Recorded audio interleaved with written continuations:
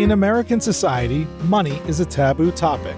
We're taught at a young age it's improper to talk about it, but we're also bombarded with messages about the power and importance of money in our everyday lives. And by not talking about it, we miss out on the skills and lessons we need to effectively understand and financially plan. That changes today. Welcome to Money Tales. Hosted by Sandy Brager and Cami Doder, Money Tales brings more than 35 years of combined professional experience in personal finance to demystify money and demonstrate what it's like to speak openly about personal financial matters. Join us each episode as they interview modern-day movers and shakers about how money decisions intertwine with their daily lives in order to give you better insight into productive financial conversations. Subscribe today and register for our blog Fathom at aspiriant.com/podcasts to increase your money mojo. And now, here's Cami and Sandy. Robert Marks is our guest this week on Money Tales. Robert tells us he always wanted to build a house. He even remembers being in middle school and doodling houses while his teachers droned on and on. About 10 years ago, Robert and his wife found a beautiful piece of land that would be perfect for their dream home. They spent 2 years planning the construction, working closely with an architect, and then another couple of years building it. When the house was finished, it was incredible. Everyone loved it. His wife, their dog, their family, and their friends. Robert liked to tell people that he built the greatest house in the history of Cleveland, Ohio. There was only one problem. Within a week of moving in, Robert realized he didn't like living there. Eventually, his wife missed their old neighborhood, and they decided to move back. In reflection, Robert realizes building the home was his dream, not necessarily living there and changing their lifestyle. Robert founded Fidelity Voice and Data in 1999. Starting the company with a $600 investment, he ultimately grew it into a $30 million business. He sold the company in 2015 and decided to focus his attention on continuing to give back to his local community through multiple philanthropic initiatives. Along with a co-founder, Robert launched the startup Projector LLC in 2020. Here are 3 money topics Robert hits on in this conversation. First, what it has been like to accomplish his father's goal of becoming a millionaire. Second, the importance of accumulating wealth as opposed to embracing the money habits he was exposed to as a child, where his family tended to earn and then spend more than those earnings. And third, how Robert intentionally lives by 4 Ps, nurturing his personal life, professional life, physical well-being, and his philanthropic initiatives. We hope you share this episode with a friend, and please subscribe to Money Tales on your favorite podcast platform. Now, onto our conversation with Robert Marks. Welcome to the Money Tales podcast. I'm Cami Doder. And I'm Sandy Brager. Cami, I want to share that I woke up this morning from a money dream. Oh my goodness, Sandy. It was the weirdest money dream ever. Uh-oh. What was it? Dreams are so vague. I assume I was with family members and we were at a taqueria and we gotten our food and I was looking at the bill and I realized that instead of charging us for 4 items, they charged us for 24 items. And the bill was exorbitant. It was per chip. It was like this massive bill and I kind of woke up having a little bit of stress, like, oh gosh, now I have to go explain and have a conversation with someone. And it was like causing a little bit of anxiety. So I don't know if you have any dream interpretation skills or if any of our listeners do, but it caused me to pause and question what's going on inside my brain. I'm curious, Sandy, do you always check your bill? In real life, not just in real dreams. life. In real life, I know I should check my bill because that was one of the key learnings I had from my grandparents growing up. I oftentimes check my bill. If I'm involved in a conversation, I will admit I don't always check. You know, Sandy, I don't. My dad always did and my mom always did. But I don't very frequently. And then I do leave sometimes going, wow, well, shoot, I forgot if they didn't deliver such and such. And I think, I should have checked that bill. That's pretty simple financial skills to do. It's just financial Maybe steps. that's what the dream is about. Maybe I need to check my bills more. Well, let's see if our Money Tales guest today checks his receipts when he's leaving a restaurant. Robert Marks, welcome to the Money Tales podcast. Thank you, Cammie. I'll answer that question. I should, like Sandy said, sometimes I do because I've many times done the double tip. They put the tip on there and then and they do really well with me. My wife got really good at making sure I don't do the double tip for many years now. So other than that, I don't do the itemized look. But I think if you have a podcast called Money Tales and you talk money all the time, maybe you're going to dream about money one day. And I'm not certified to analyze Sandy, but I'm just thinking that. I was just hoping my money dreams would be much more interesting. It's more of a nightmare. It's a bit of a nightmare. Yeah, I know. Robert, would you please introduce yourself and provide a couple pivotal moments that have taken place in your life that really impacted who you are today? Sure. I live in the east side of Cleveland, Ohio. I was born here, raised here. Other than 4 years of college at the University of South Florida, I've been here pretty much my whole life, from childhood to my professional life. I could define myself many ways, certainly an entrepreneur, but I'd say first and foremost, father of 4 children, husband to my wife we've been together 30 years. I think in 2 weeks, it's going to be 27 years of marriage. And I'm just me, I guess. Just you. I think you sound pretty special. I like that introduction. Robert, so you grew up in Cleveland. Tell us about money in your family. When did money have meaning when you were a young person? Sure. So, I was born in 1966, so that'll age me, but that really means I grew up in the 70s. And as a child, you certainly in my neighborhood, and we were extremely middle class. Grew up in a community that everyone thought we were the wealthy community. I assure you, the houses were very close together. They were bungalows and split levels like the Brady Bunch and colonials from 1,400 square feet to probably 2,700 square feet. But we were known as a money community. People moved there because the school system was great. It's why my parents chose it. They did not have money. One great thing, as much as you had complete autonomy to pretty much raise yourself, there was no programming back then. We had a bike, we had our feet, and we went out and we found the neighborhood. And you can get a football, basketball, baseball game any day of the week in the neighborhood. It was truly a great neighborhood. We had one rule in my family, which is dinner at 6 o'clock. You missed that, you were in big trouble. And it was wonderful. I have 5 siblings. So there's 8 of us, my parents and my 5 siblings and myself. And at dinner, my dad always came home in a suit and tie, and he always spoke about his business, and he always talked to us about how he's going to be a millionaire one day. He was a dreamer and an entrepreneur. And the other aspect of money is that there was always money problems in the family. And I would describe my father, who was in charge of the money, this way. He was an earner, he was a spender, and then he spent a little more. So he definitely did not plan for the future. He liked good things and fun things as much as there probably always were money stress in the house. We were never wealthy. He absolutely liked to have fun, and we traveled and we went out and we had a boat, and he bought cars he couldn't afford, and we were probably living in a house we couldn't afford. My parents never equated 6 children to costing money. My mom just wanted a girl and she never got one. So he realized 6 braces, 6 college educations. So there was always a lot of stress. But at the same time, perhaps if you didn't know us intimately from the outside world, we were doing great. But he was good at accumulating debt, not good at accumulating wealth. And those 2 words, accumulate wealth, are words I didn't really understand because I learned those habits from those 6 o'clock dinners and living that life. Then when I got my first job out of college, woohoo, I'm making $20,000 a year. I'm rich. I can go to Vegas. I could buy a boat. Well, I couldn't. And sadly, by the time I turned 30 years old, that's when I really started understanding money literacy and accumulating wealth. And at that point, I had done, I was bad at literacy and I hadn't accumulated wealth. Robert, this is very interesting. So you just said that you really began to learn about financial literacy when you were in your 30s. What did you take away from growing up in your family home, and how did that serve you during your 20s?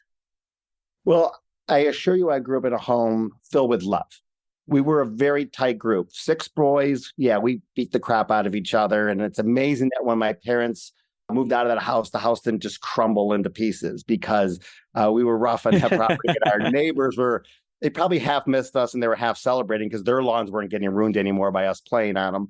But my mother was a social worker and my father was an entrepreneur. My father definitely very conservative, right-leaning kind of person and high-strung and intense.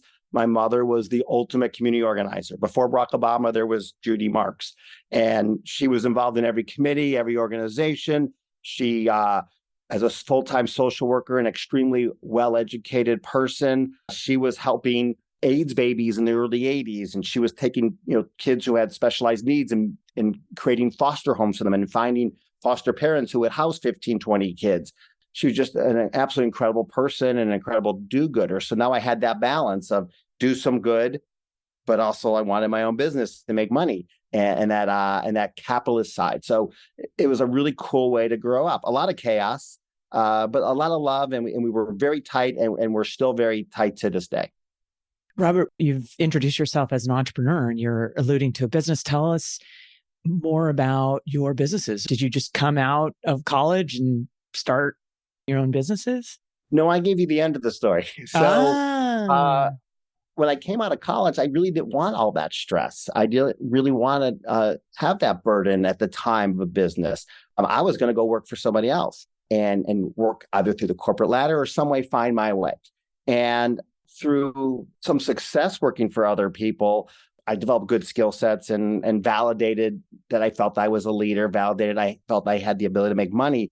But I always came to the same conclusion. The people I worked for, and I worked for small business people, and I worked for one of the largest companies in the world that had 135,000 employees. And consistently what I would run into, and it bothered me, is whoever I worked for, it was about their dreams. It was about them accumulating wealth. I was there to make sure that they could accomplish their goals. And that just drove me crazy. And the corporate culture of those companies was like that because you're dealing with people who were selfish. And it wasn't about the people that were helping them build it. And I wasn't entitled and I wasn't demanding more money and demanding better treatment. Like I said, my first job was $400 a week or $20,000 a year. And I thought I was rich. But when you realize that I hate to use the word subservient, but in some ways I felt that to the owners of the businesses. And I looked around at my coworkers and they all acted like that was normal. It bothered me. That's when I first started looking at, well, maybe I'll do my own thing. And I had my first idea when I was 24 years old, 2 years out of college. Cell phones were just taking off. And I grew up in an environment where my dad was really ahead of his time with monthly recurring revenue type businesses, subscription-based businesses. Today, we're used to it. Cell phones, cable. It's the norm today. Everything subscription, software as a service. The whole world's going that. My dad was into that going back into the mid-70s. He started many companies, and one of them was a home fire and burglar alarm company where you charge a monitoring fee.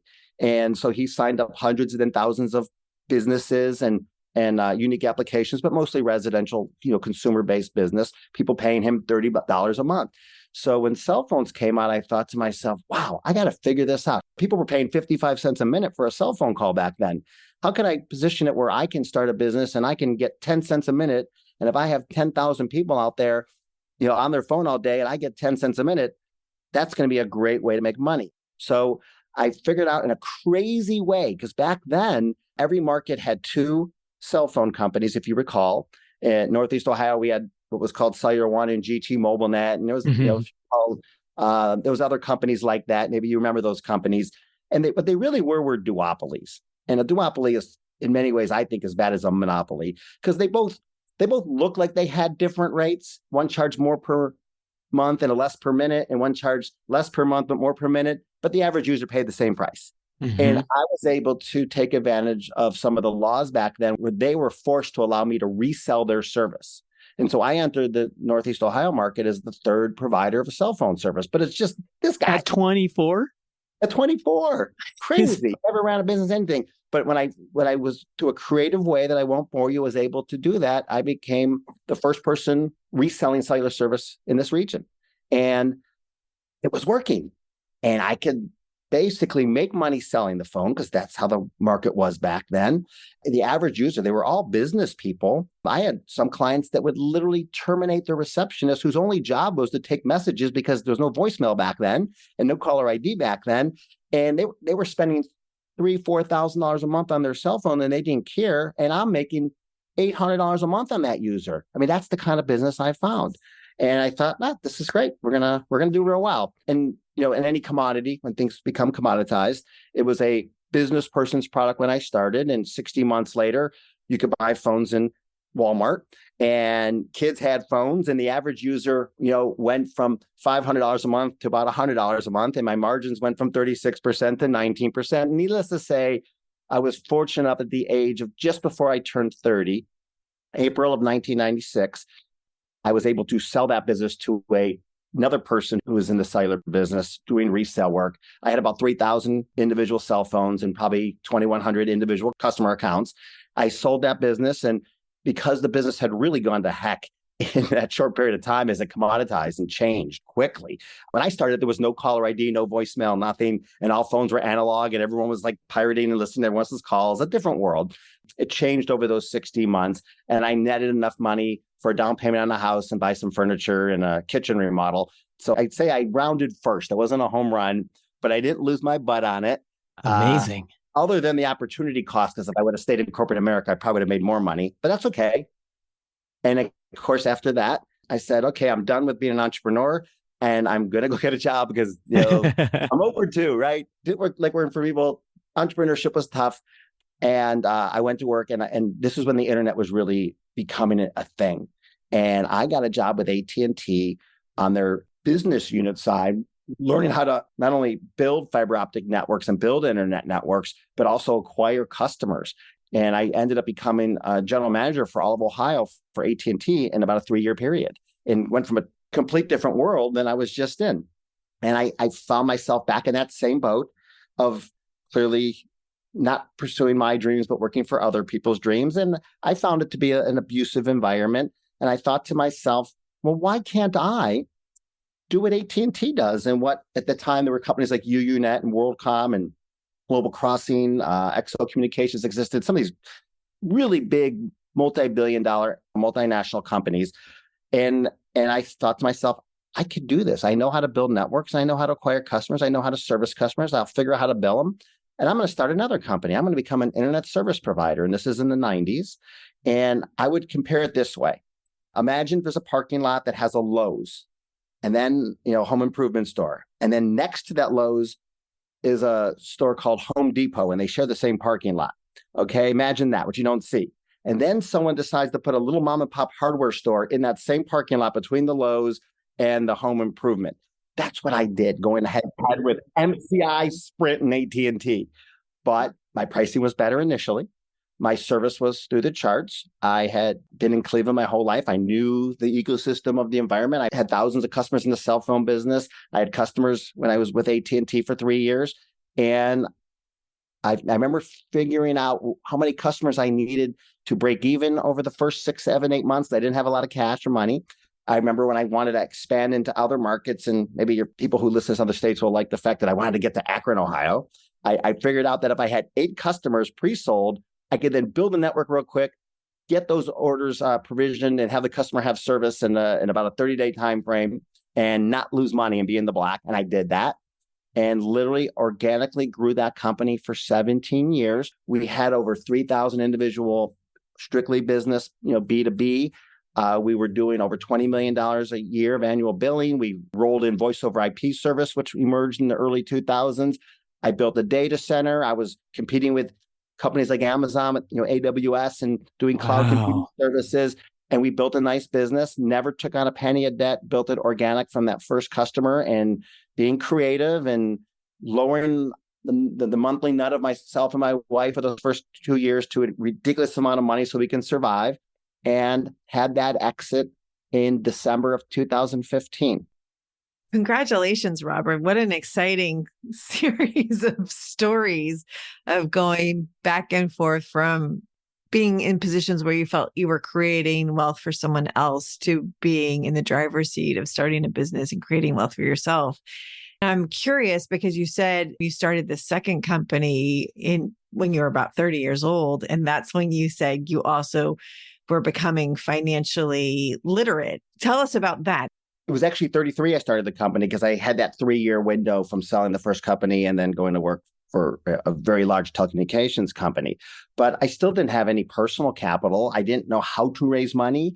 I tried to actually raise money. I put together a book and did some pitches. And what I learned is don't buy someone dinner until after they give you a check. Because I bought a lot of people dinners and they know who they are and they never had any intention of investing or they didn't understand it. And one guy said, that'll never work. But he said that after he had his Ruth Chris meal. That's the other thing. They can go to fancy steakhouse. You're really trying to impress. We're kids. We're learning. So, I did have enough money that I felt I could survive about 18 months. And I sat down with my wife. We literally cut our expenses down to almost nothing. We already had 2 kids. So here it is. I'm 33 years old. My wife stopped working because she took a tougher job, which is to raise the kids. We had 2 children at that point who were 1.5 and newborn. And we're doing a startup. And we don't have a lot of money. I mean, it was wild, but this is life and you have to pursue your dreams. And, and I wanted to work in a better corporate culture. And I was already understanding, probably because of AT&T, when I started there, 401k, wow, that's a cool thing. Okay, I heard those are important and you should accumulate wealth that way. And we actually had a pension back then, which I never got. I wasn't there long enough to vest, but there's a pension. And of course, I'm now starting to see my friends who, when we graduated in college in 88, went on to law school. Now it's 1991 and they're practicing law. And I see the wealth they're accumulating. And we're talking and I'm hearing about the things they're doing and they're investing in properties and they're just doing great things. And even though I had an interesting career and I pulled off that miracle to buy that house, so I'm living in the same neighborhood as them, I'm not there with them. And it was actually my older brother. He's 6 years older than me. And he said to me one day, and he grew up the same way I did, that earn, spend, plus, right? And he said, Robert, we have to accumulate wealth. I remember telling him, those are the 2 greatest words you've ever said to me, and maybe anyone's ever said to me. And it was like that. I know it may sound cheesy and a fairy tale story, but that's what it was. Why did he say that? I'm curious. Because he was 6 years older. He's 39 years old, and he had accumulated no wealth. And he's one of the greatest salespeople I've ever seen, a serious earner. He was already having a great career, but he realized we grew up in an environment where, well, you can't really afford the Porsche, but you can afford the Porsche payments, kind of get the Porsche, versus no, let's build a base of money, let money work for us. Let's think about retirement. Let's think about college. Let's think about vacations, maybe a winter home someday. It was those mentalities. We were having very intimate conversations about the things that we didn't understand. The other thing, and just to add some levity to this, we also didn't know how to eat good. When you have 5 brothers and a father who was always a very heavy, big guy, and a mother who's a full-time worker, when food was available, you grabbed it quick and you ate it quick, and it was usually crap. So we had those 2 problems. We didn't understand money. We didn't understand accumulate wealth in that bucket. And of course, we were also bad eaters. So we also started talking about that as well. So I think there's some parallels. I think financial health and physical health have some nice parallels to work on. Well, in college, I remember as I was getting close to graduating with no idea what I was going to do, you start panicking. College will last forever. No reason to worry about it. Well, we're in the last semester. Time to worry about it. And I wasn't in the best shape. I was really in good shape in high school, but I wasn't in the best shape. As you can imagine, I indulged. I had no clue about my professional life and my personal life. You start thinking about relationships and you want to get married someday. So the 3 Ps I came up with: your personal life, your professional life, and your physical. And I remember saying then, if I could ever get 2 of those 3 under control, I'll have a great, happy life. And I think I managed to have about 1 of them under control for about those first 10, 15 years after college. I think once my company that I sold in 2015, I think the last 7, 8 years of that business, I probably had 2 of the Ps under control. Since 2018, I've had all 3. And the third one was my health. Gave up beef, chicken, pork. I eat like a 21-year-old college student who's crazy about health. I eat acai bowls and smoothies, and I get my 10,000 steps every day. And that's great because I had to, getting into my 50s. So, and then I realized there's also a 4th P, which is philanthropy. As individual consumers, we have a checkbook and we can give $50 here and the MS walk there and this charity and that charity. But if you have a successful business, it's not just the money you can help people with. I started a food bank at our office. I had 35 employees. I bought a big bin at the Container Store or something like that, put it in the office, sent out an email. Hey, every Friday, I'm going to run this food over to this neighboring community, Bedford Heights, that was having hunger issues in 2010. And boy, we filled that bin every week for about 2 years before the mayor of Bedford Heights said, we're good. We don't need any more food. So it's just power. So the fourth P was philanthropy. So I teach a college course now, and I just recently told my students as the semester's coming to end about my three Ps. And then I introduced the fourth P, which I don't think I was really good at until I was in my 40s, that fourth P. It wasn't even a possibility.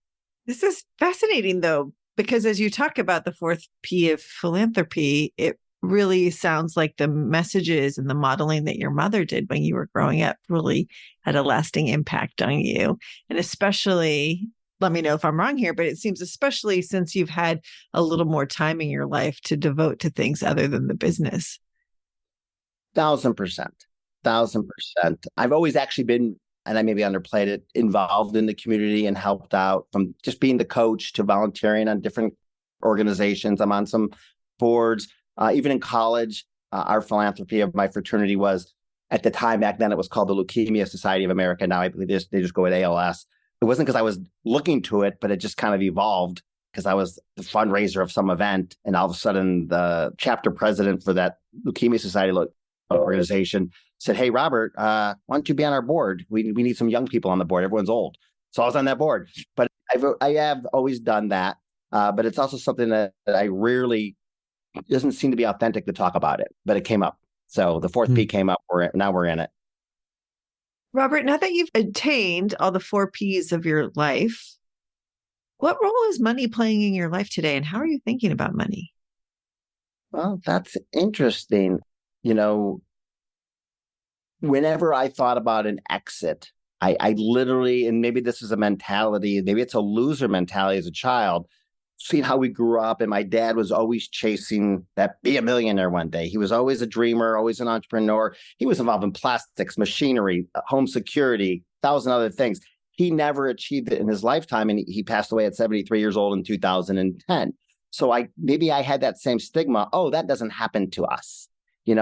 We're doing really well, extremely well. But before the exit, it wasn't like I accumulated, the wealth I have today. So that was numbing. That was cool because that actually did happen. And now it's about, don't forget, you respect money, still respect money. I wanted to pursue another dream. I always wanted to build a house. I remember being in 5th, 6th, 7th grade and having paper and pencil. When teachers teaching, whatever they were teaching, I was doodling a house, and I don't know nothing about construction, but I always wanted to build a house. And before we sold the business, my wife and I found a piece of land, and it was so beautiful, we bought it. This is probably 2013, 14. So after we sold the company, I said to my wife, Lori, I really want to pursue this. And I spent about 2 years planning it. Then I hired an architect, and he and I worked so well together. We spent about another 18 months together.